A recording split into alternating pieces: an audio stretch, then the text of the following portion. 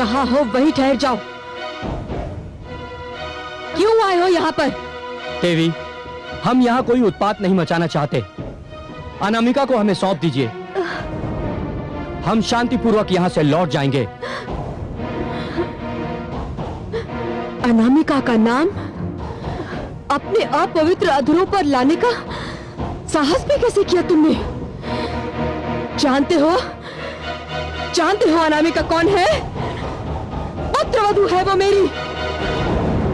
एक माता से ये कहते हुए तुम्हें लज्जा ना आई कि अपनी पुत्री को तुम जैसे नीच और व्यभिचारियों को सौंप दे? चले जाओ यहाँ से, चले जाओ। हम आपको विश्वास दिलाते हैं कि हम अनामिका देवी को कोई कष्ट नहीं पहुंचाएंगे। हम तो केवल उनको यहाँ से... बस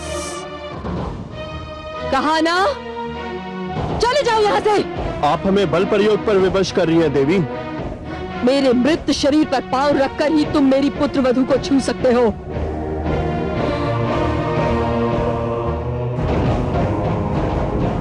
शत्राणी हूं मैं, अस्त्र और शस्त्र के प्रयोग से अनजान नहीं। ठहरो, पीछे पीछे ठहरो, पीछे पीछे पीछे।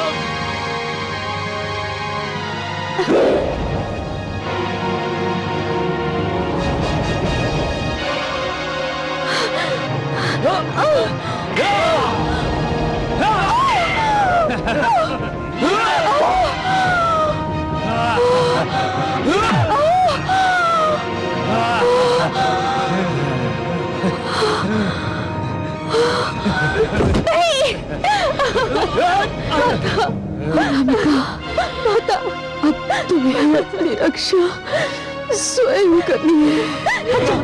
छोड़ दो मुझे, छोड़ दो, हटो, छोड़ो,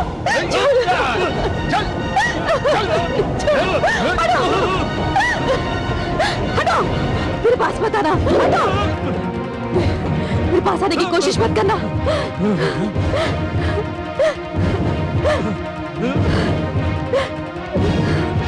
सुनो देवी, हमारा कहना मानो, हम तुमको तनिक भी क्षति नहीं पहुंचाना चाहते। हम केवल इतना चाहते हैं कि तुम हमारे साथ चलो। तुम हमारे साथ होगी तो परशुराम से हमें बातचीत और लेन देन में सुविधा होगी।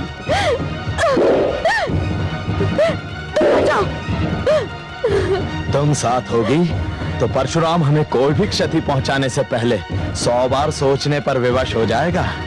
तुम्हें साथ ले जाने का हमारा कोई दूसरा अभिप्राय नहीं है।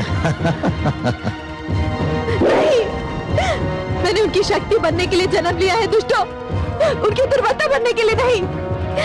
यदि मेरे कारण उनके अभियान की गति क्षीण हो, उनका निश्चय दुर्बल पड़े या उनकी शक्ति में कमी आए, तो मैं ऐसा कदापि होने नहीं दूंगी, कदापि होने नहीं दूंगी। यदि तुम मेरे जीवन को राम का रोष मिटाने के लिए प्रयोग करना चाहते हो, तो मेरा ये जीवन राम पर बलिदान।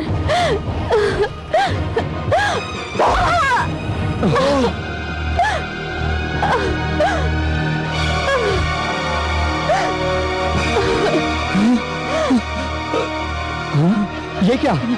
अरे ये तो अनर्थ हो गया। हमारी चाल उल्टी पड़ी। यदि यहाँ परशुराम आ गया तो? अब देख क्या रहे हो, भागो यहाँ से। भागो, चलो चलो।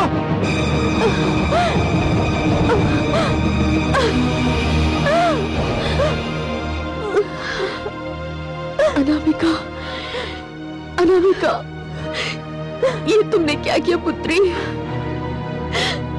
मैंने अपने मान सम्मान और राम की शक्ति की रक्षा की है माते, मुझे क्षमा कर दीजिएगा। क्षमा कर दूं? तुमने ऐसा क्या किया है पुत्री? मैंने आपसे झूठ कहा था। कैसा झूठ? यही कि मैंने आपके पुत्र से विवाह कर लिया। मैं सदैव उनसे प्रेम करती रही, किंतु विवाह न कर सकी। पुत्री, मैं तो तुम्हें पुत्रवधू मान चुकी हूँ और अब तुम ही मेरी पुत्रवधू रहोगी।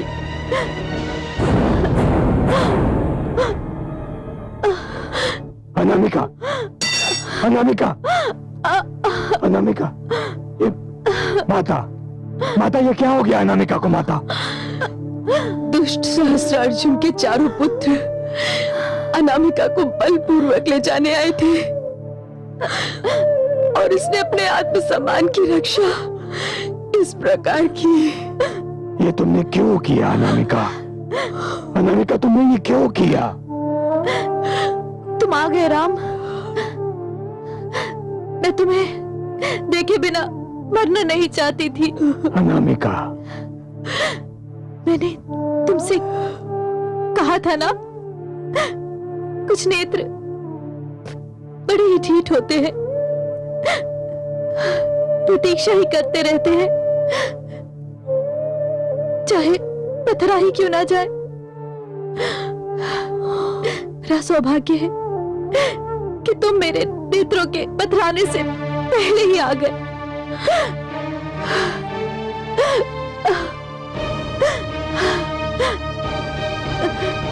मेरे प्राण मेरे नेत्रों में सिमट आए हैं।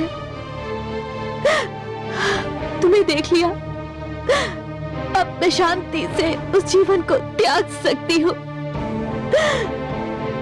जिसके रहते तुम्हें पाना असंभव था। नहीं अनामिका, अनामिका, मैं तुमसे प्रेम करती हूँ राम, मैं तुमसे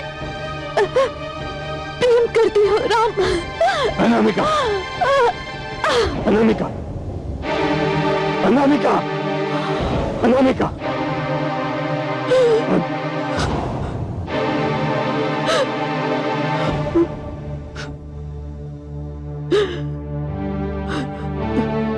ये अन्याय है अनामिका, ये अन्याय है। तुमने सदैव मुझे प्रेरणा दी, उत्साह दिया, साहस दिया, और जब उस सब के फल का समय आया तो हम सबको छोड़कर चली गई।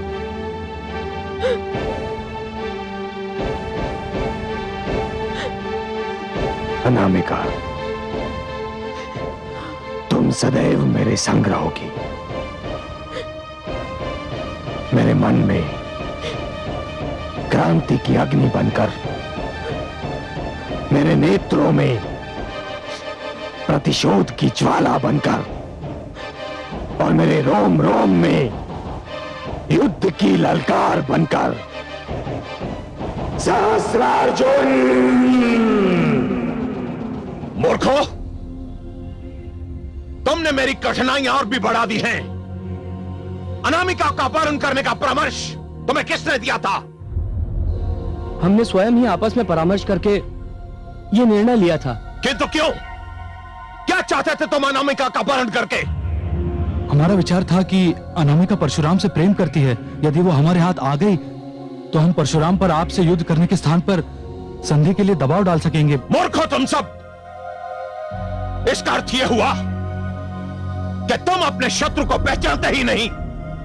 परशुराम कोई साधारण व्यक्ति नहीं है जिस पर दबाव डाला जा सके। वो नारी का आदरवश करता है, परंतु नारी की आड़ लेकर कोई उसे पद से हटाने का प्रयत्न करे यह संभव है। ऐसी मूर्खता करके तुमने उसके रोष को और बढ़ावा दिया है। महाराज की जय हो। महाराज, जो हुआ सो हुआ। अब आपको यह सोचना है कि नई परिस्थिति से कैसे निपटा जाए। मेरी समझ में नहीं आता कि क्या किया जाए। मुझे सूचना मिली है कि परशुराम ने मेरे चारों पुत्रों को मारने की शपथ ली है। पहले युद्ध केवल मेरी चिंता थी, परंतु अब चारों राजकुमारों की सुरक्षा मेरी चिंता का विषय बन गई है। आप इसकी चिंता ना कीजिए महाराज। मैं नहीं करूंगा तो और कौन करेगा? हम जो हैं, हमने आपको सहायता का वचन दिया है। आपके राजकुमारों की सुरक्षा के लिए हम पीछे नहीं हटेंगे महाराज। महाराज, मेरे मस्तिष्क में एक योजना है। आप अपनी योजना बताइए। चारों राजकुमारों को महेशमती क्षेत्र से दूर किया जाए और किसी को यह ना बताइए कि राजकुमार कहां गए। एक राजकुमार का उत्तरदायित्व तो मैं लेता हूं महाराज। मैं उन्हें अपने राज्य में सेनानियों के साथ भेजूंगा जहां वो सुरक्षित हो जाएंगे। और शेष 3 राजकुमारों का उत्तरदायित्व हम लेंगे। क्यों मित्रों? हमें स्वीकार है। हमें भी स्वीकार है। धन्यवाद मित्रों, तुमने मेरी चिंता का बोझ हल्का कर दिया है। मैं तुम सबका आभारी हूं।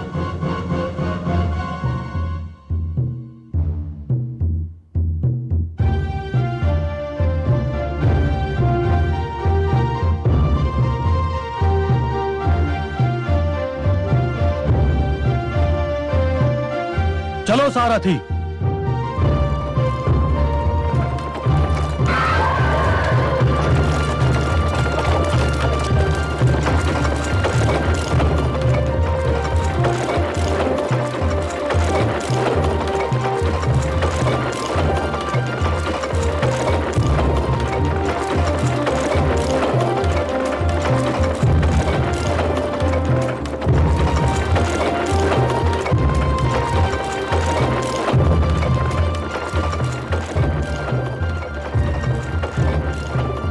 अब चिंता की कोई बात नहीं। हमारे नरेश के क्षेत्र में पहुंचते ही आपके सिर से हर संकट टल जाएगा। किंतु आपके नरेश का क्षेत्र यहां से दूर है। तो क्या हुआ? यदि मार्ग में ही कुछ हो गया? अरे नहीं, ऐसा भी क्या। यदि ऐसा कुछ हुआ तो मैं हूं ना आपके साथ। आपकी रक्षा के लिए मैं अपने प्राण न्यौछावर कर दूंगा। और हमारे महाराज की सेना में मेरे जैसा दूसरा सेनानी मिलना दुर्लभ है। मेरे इस खड़क को शत्रु का रक्त पीने का काफी अभ्यास है। वैसे मैं 10-12 को तो अकेला संभाल सकता हूं।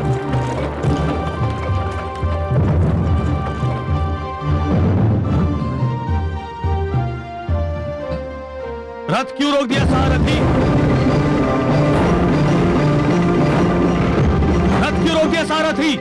मेरे रथ में बैठे एक महान योद्धा का दर्शन करने के लिए। हाँ? मेरा सौभाग्य कि आप जैसा सूरमा मेरे रथ में बैठा है।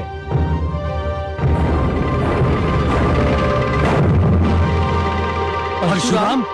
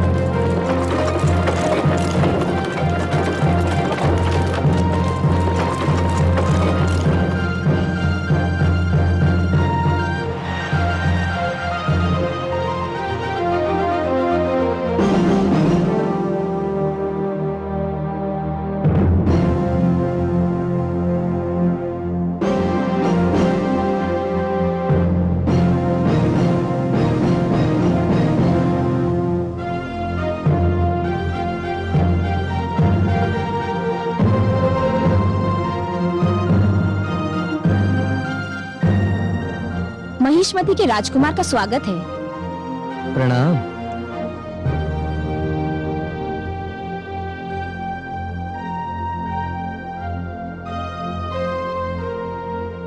मैं राजकुमारी वंदना हूँ। पिताश्री ने ये सूचना भेजी थी कि आप हमारे राज्य में पधार रहे हैं और मुझे ये आदेश दिया कि आपको यहाँ कोई कष्ट न होने पाए। मैं आपके पिताश्री का आभारी हूँ और आपका भी। यहाँ आपके प्राणों को किसी संकट का भय नहीं है।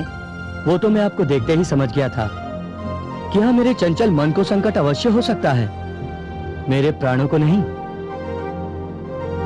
आप अपने कक्ष में विश्राम करें, मैं आपके भोजन इत्यादि का प्रबंध करती हूँ।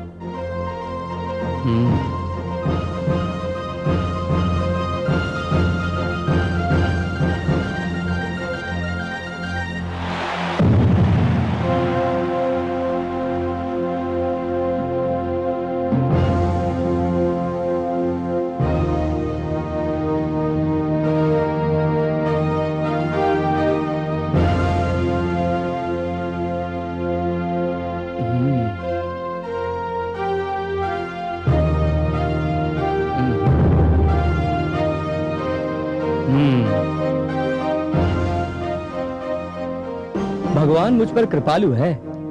मुझे अपने राजभवन से दूर करके ऐसे स्थान पर पहुंचा दिया जहां सौंदर्य है, मन बहलाने के साधन है और विश्राम करने का उत्तम प्रबंध है। कम से कम यहाँ परशुराम से संकट तो नहीं। परंतु मृत्यु का है। कौन है? कौन बोला? कौन है?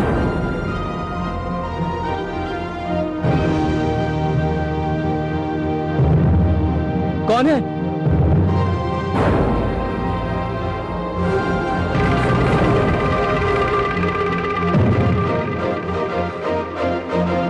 कौन है वहां पर? सामने आओ। मैं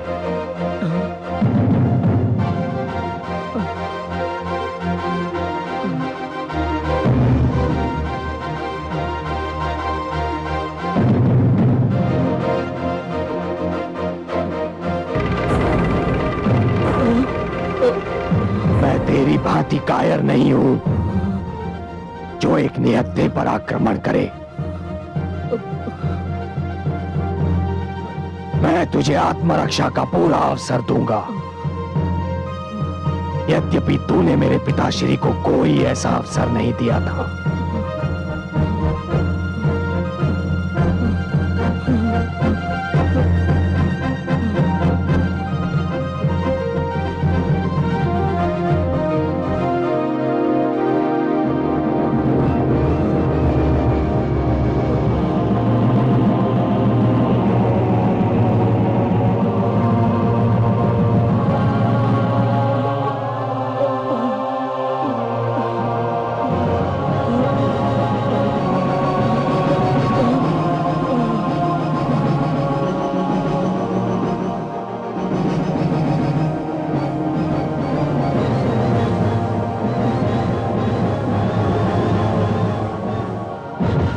उठा तलवार।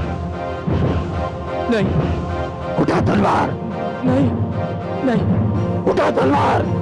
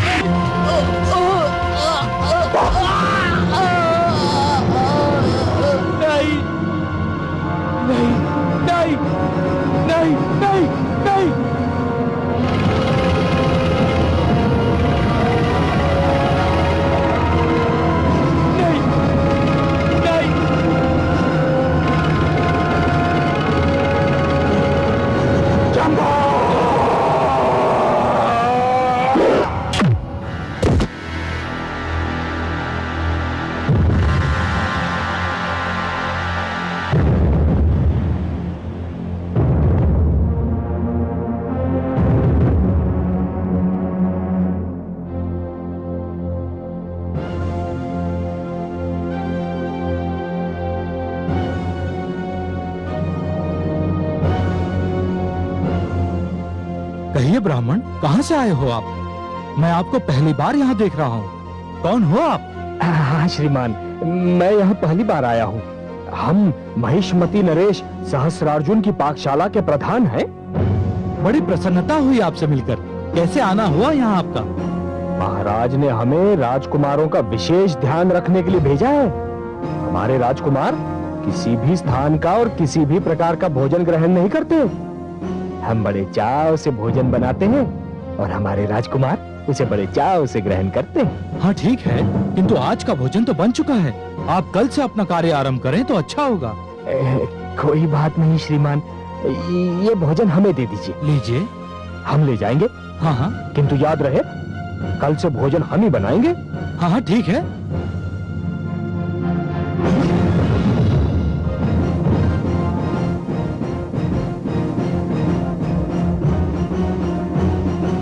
ए द्वारपाल, हटिए हटिए। कहाँ जा रहे हो आप? अरे राजकुमारों को भोजन कराने। तनिक पकड़िए। हाँ। पकड़िए, ठीक से पकड़िए, ठीक से पकड़िए।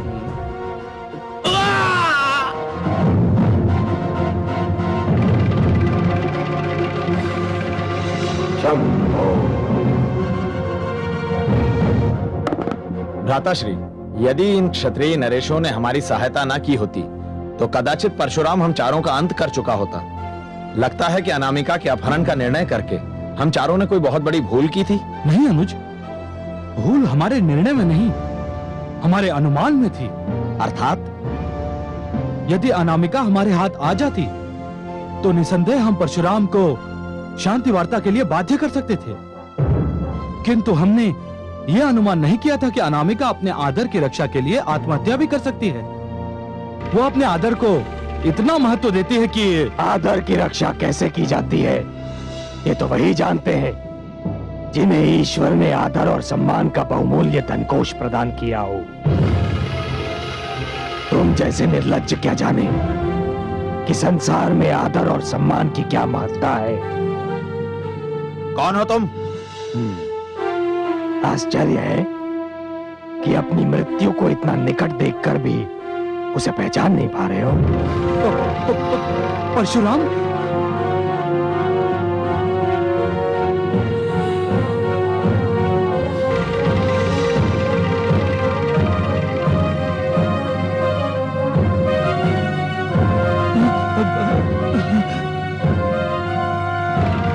हमें क्षमा कर दो परशुराम। हमें क्षमा कर दो परशुराम। हमें क्षमा कर दो, मुझसे भूल हो गई परशुराम, मुझसे भूल हो गई। भूल और क्षमा दो ऐसे शब्द हैं मूर्खों, जो अपराध के घट जाने के उपरांत अपना अर्थ खो देते हैं। तुम लोगों ने एक निष्पाप, भोली भाली और कोमल कन्या अनामिका का वध कर दिया। एक ऐसी कन्या का वध कर दिया जिसने जीवन में पाप करना तो दूर, पाप के विषय में सोचा भी नहीं था। एक ऐसी कन्या जिसने जीवन को अभी निकट से देखा भी नहीं था, जाना भी नहीं था। हम तो केवल अपने पिताश्री की रक्षा करने का प्रयास कर रहे थे परशुराम। उसकी रक्षा का प्रयास जो मानव होते हुए भी दैत्य से कम नहीं, जिसने क्षत्रिय धर्म को एक क्रूर अर्थ देने का दुष्कर्म किया। नहीं, तुमने उसकी रक्षा का नहीं, उसके अपराध में सहयोग देने का प्रयास किया था, और तुम दोनों को इसका दंड अवश्य मिलेगा। नहीं नहीं, इस कक्ष में शस्त्र ही शस्त्र पड़े हैं। जाओ, जो शस्त्र चाहो उठाओ। मैं तुम्हें युद्ध किए बिना नहीं मारूंगा। जाओ जाओ, उठाओ शस्त्र।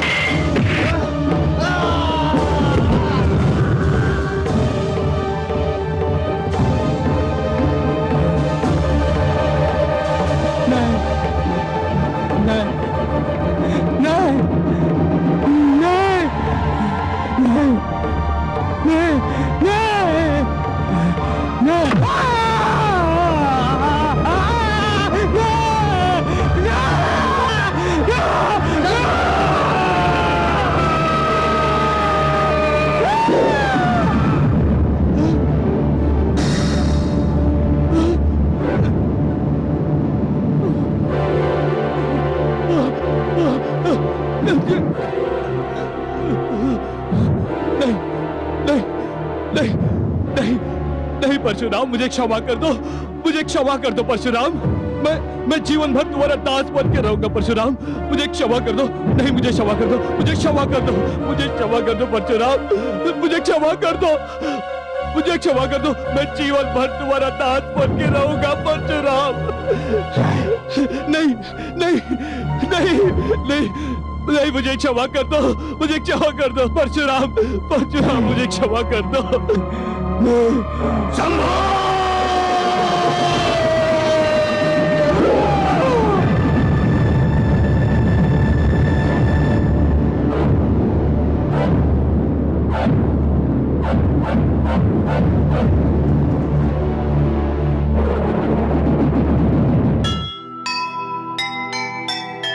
लाख छुपाओ ना छुपे पाप ताप और रोग, मिलता है उसको वही जिसका जो संजोग।